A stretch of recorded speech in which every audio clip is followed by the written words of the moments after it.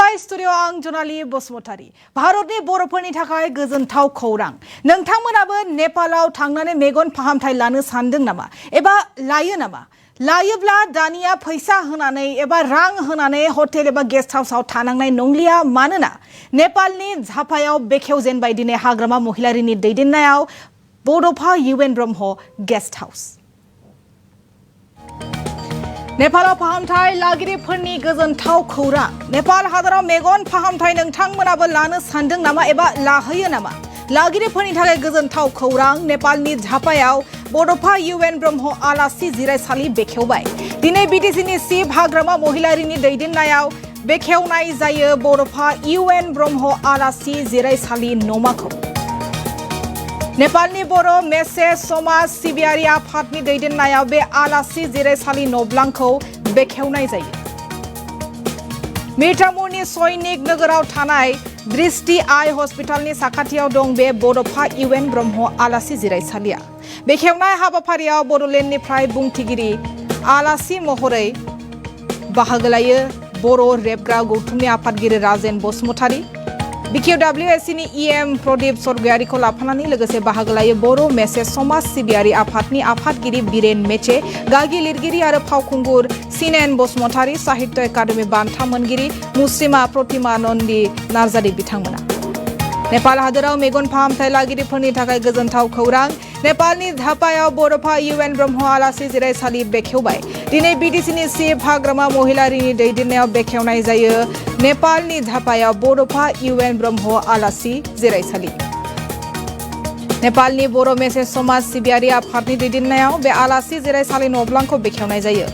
मिर्जापुरनि सैनिक नोगोराव थानाय दृष्टि आइ हस्पिटालनि साखाथियाव दं बे बड'फा UN ब्रह्म आलासि जिरायसालिया। बेखेवनाय हाबाफारियाव बड'लेण्डनिफ्राय बुंथिगिरि आलासि महरै बाहागो लायो बर' रेबग्रा गौथुमनि आफादगिरि राजेन बसुमतारी। BKWSCनि EM प्रदीप सरगयारिखौ लाफानानै लोगोसे बाहागो लायो बर' मेसे समाज सिबियारि आफादनि आफादगिरि बिरेन मेसे, गागि लिरगिरि आरो फावखुंगुर सिनेन बसुमतारी, साहित्य एकाडेमि बान्था मोनगिरि मुस्रिमा प्रतिमा नन्दि नार्जारि बिथांमोना। नेपालाव दिनैल' नङा, 2011 मायथाइयाव आं गिबि खेबनि थाखाय बर' राइटार एकाडेमिनि बिबानगिरि बिथांमोनजों फैदोंमोन आरो बे समाव बे झापा जिल्लायाव थानाय मेसे बा बर' गामिफ्राव जों बेरायदोंमोन आरो बिनि उननि समाव आं 2023 मायथाइयाव हाल्दिबारि होननाय मोनसे जायगायाव बैसागु फोरबोआव फैदोंमोन आरो जोङो बे समाव न'खर न'खर थांनानै गामि गामिबो रंजादोंमोन आरो थामथि खेबनि थाखाय आं दिनै बे झापा जिल्लानि बिरदाम होननाय जायगायाव फैदों आरो बेहाय गाहाय हाबाफारियानो जादोंमोन दिनै बुंनो थाङोब्ला जोंनि बयनिबो मदद हेफाजाबजों बेयाव मोनसे आलासि न' बेयाव दिनै आगान होजेननाय जागोन जों बयबो आरो बेयो मेसे माने समाज सिबियारि आफादनि बानजायनायाव आरो बे खाथियाव जोङो जितु मेगननि माने देहा फाहामसालि दङ, मेगननि फाहामसालि दङ बेनि खाथियावनो आरो बियो जोंनि आसामनिनो जा बा भारतनिनो जा गुबुन गुबुन जायगानिफ्राय फैनाय जोंनि मानसिफोरनि थाखाय बियो थोजासे मोजां जागोन आरो बेयाव फैनानै नुनो मोनदों बेयाव थानाय बेसेनफ्रा एकदम खमथार।